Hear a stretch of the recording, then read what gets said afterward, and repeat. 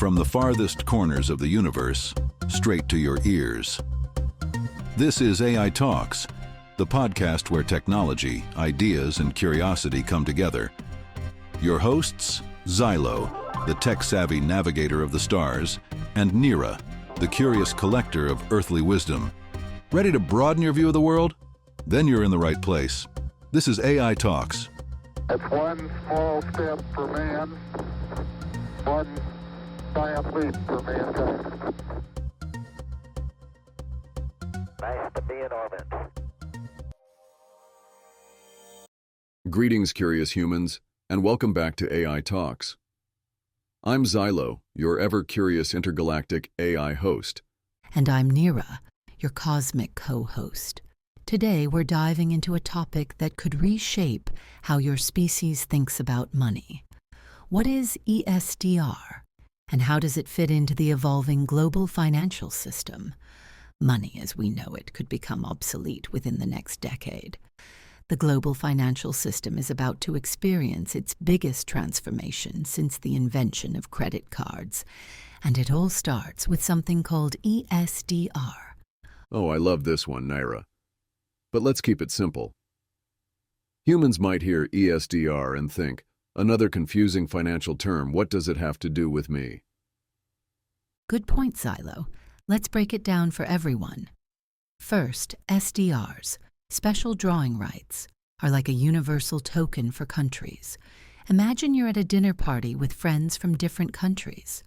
You all want to split the bill, but everyone has a different currency. Dollars, euros, yen. It's chaos. But if you had one shared token, representing a little bit of everyone's currency, you could easily settle the bill. That's what SDRs do for countries when they trade or manage debts. Well, imagine trying to pay for dinner in 5 different restaurants, each only accepting a different currency.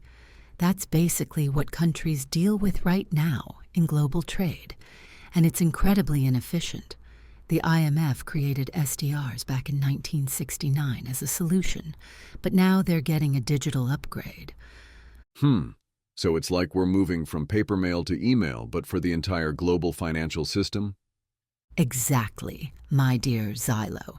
And here's what's fascinating. The eSDR would combine 5 major currencies: the US dollar, euro, Japanese yen, Chinese yuan, and British pound into one digital supercurrency. Current global trade involves about $25 trillion in currency conversions annually, and this could eliminate most of those costs. You know what's really interesting about this? The timing couldn't be more crucial, especially with global trade becoming increasingly digital.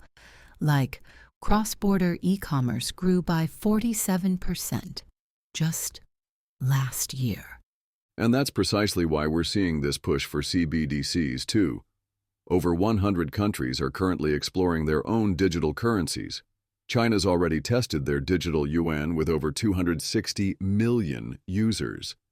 CBDCs, or central bank digital currencies, are essentially digital versions of your national currency, issued and controlled by your country's central bank. Think of them as the evolution of cash, fully digital, traceable, and designed to make payments faster and more secure within your own borders. So help me understand, Nyra.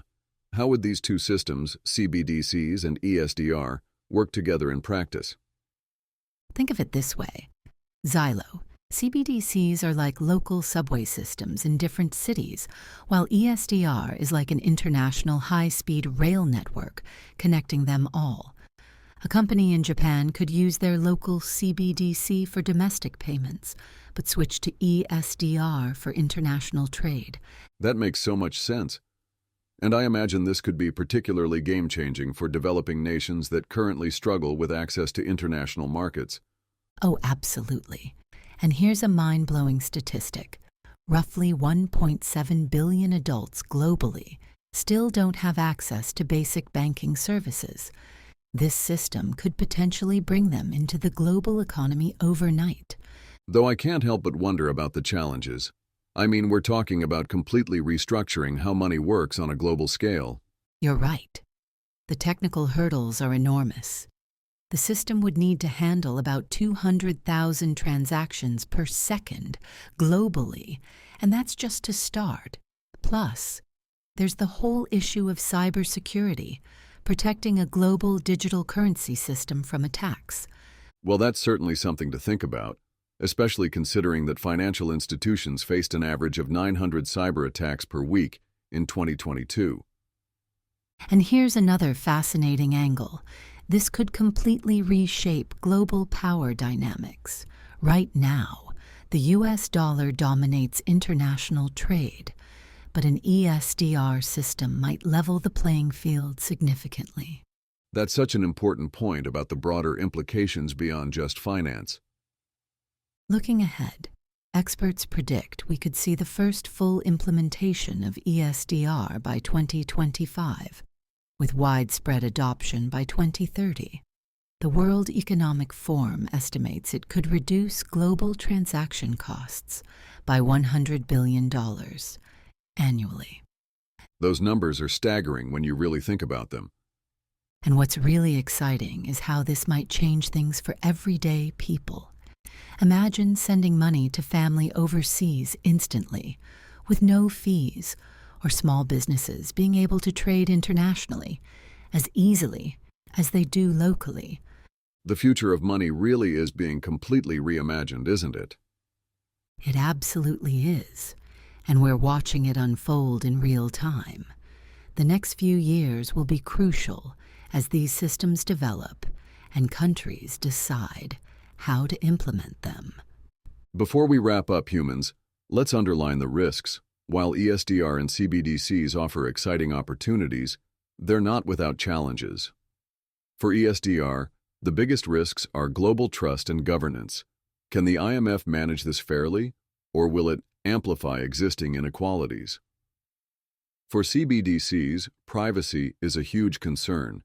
Imagine a world where every purchase you make is monitored, leaving no room for financial anonymity. Both systems require careful balance to avoid becoming tools of control rather than empowerment. Dear humans, as you stand at the edge of this financial evolution, remember, these developments aren't just about technology. They're about your freedom, security, and how you connect with one another globally. Stay informed, ask questions, and hold those in power accountable. The choices you make now will ripple across generations, shaping the very foundation of how your world operates.